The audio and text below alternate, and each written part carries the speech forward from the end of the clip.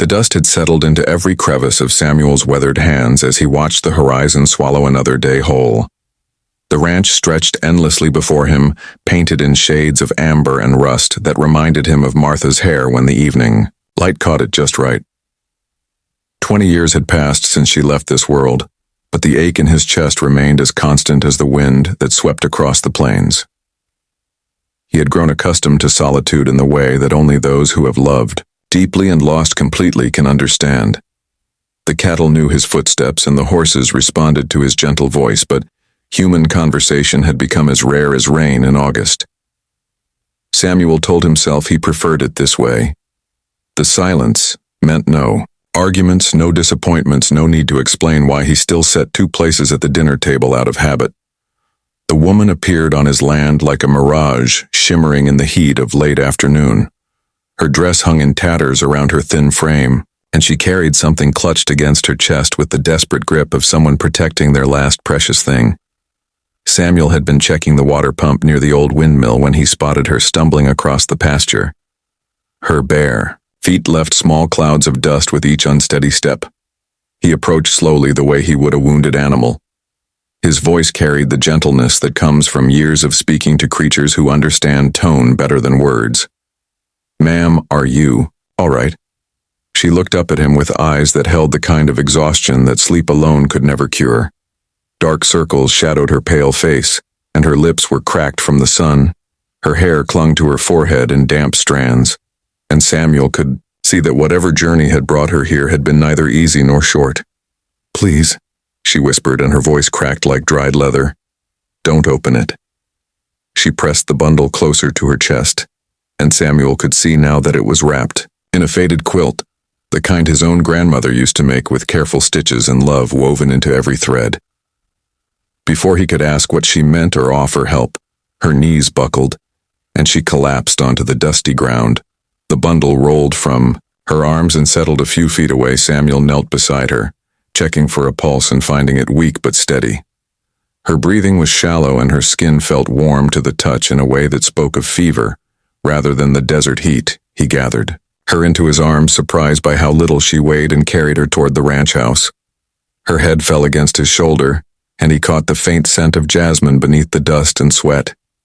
It reminded him of the perfume Martha used to wear on Sundays, a small vanity she indulged in, even when money was tight. The guest bedroom had stood empty since Martha's sister visited for the funeral, but Samuel had kept it ready as if expecting company that never came. He laid the woman gently on the bed and covered her with one of Martha's quilts. The blue and white pattern seemed to bring color back to her pale cheeks, even in her unconscious state. Samuel returned to where she had fallen and stood looking down at the bundle she had begged him not to open.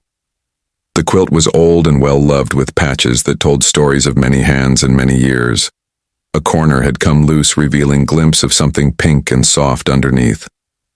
His curiosity warred with the promise he had made to a stranger. But in the end, Samuel was a man who honored his word even when no one was watching. He carried the bundle inside and placed it on the kitchen table, then set about preparing what comfort he could offer. The soup Martha used to make for sick calves came to mind, and he found himself reaching for ingredients with muscle memory guiding his hands. Carrots and potatoes from the garden behind the house, beef from his own cattle, and herbs Martha had planted that still grew wild near the back porch as the soup simmered. Samuel found himself glancing toward the stairs, wondering about the woman who slept above. Who was she, and where had she come from? What circumstances had driven her to walk across his land carrying something she guarded more fiercely than her own life? The questions multiplied, but the answers remained locked behind her closed eyes. 3 days passed before she woke. Samuel had taken to sleeping in the chair beside her bed, checking her temperature and offering sips of water when her lips moved in restless dreams. On the morning of the 4th day, her eyes opened and focused on his face with the slow recognition of someone returning from a great distance. "The bundle," were her first words, spoken with an urgency that made Samuel lean forward. "It's safe," he assured her. "I didn't open it like you asked." Relief flooded her features and she closed her eyes again, breathing deeply. "Thank you," she whispered. Most people wouldn't have listened. "Samuel, brought her soup and watched as she ate with the careful deliberation of someone who had known real hunger. Her hands shook slightly as she lifted the spoon, but she refused his offer of help with a proud tilt of her chin that reminded him of Martha's. "Independence, I'm Margaret," she said when the bowl was empty. "Margaret Thompson, though I suppose that name doesn't mean much anymore." Samuel introduced himself and waited. She seemed like someone who needed time to find her words the way a nervous horse needs time to trust. "My husband passed 6 months ago," Margaret said eventually. "Cancer took him piece by piece until there wasn't enough left to fight." Her voice carried the hollow echo of grief Samuel recognized. "We never had much, but what we had was ours until the bills came." The story unfolded slowly over the following days. Margaret had lost her home to medical debt and found herself with nowhere to go. Her husband's family had never approved of their marriage, and her own relatives had scattered to the winds years ago. The bundle she carried contained the only things of value she had left her grandmother's china and a few pieces of jewelry that had been in her family for generations. "I was taking them to the pawn shop in Millerville," she explained. "It's the last of what my grandmother left me, but I need money for food and a place to sleep." Her voice broke on the last words, and Samuel felt something shift in his chest like ice cracking in spring. He thought of Martha's china sitting unused in the dining room cabinet and her jewelry box gathering dust on the bedroom dresser. All those precious things that meant everything to the people who owned them, and nothing to those who didn't. The weight of understanding settled on his shoulders, heavy but not unwelcome. "You don't have to sell them," Samuel said quietly. "Not if you don't want to." Margaret looked at him with suspicion born of disappointment. "I can't pay you," she said. "I don't have anything to offer." Samuel thought of the empty rooms upstairs and the conversations he held with horses instead of people. He thought of meals eaten in silence and evenings spent watching the sun set with no one to share the beauty.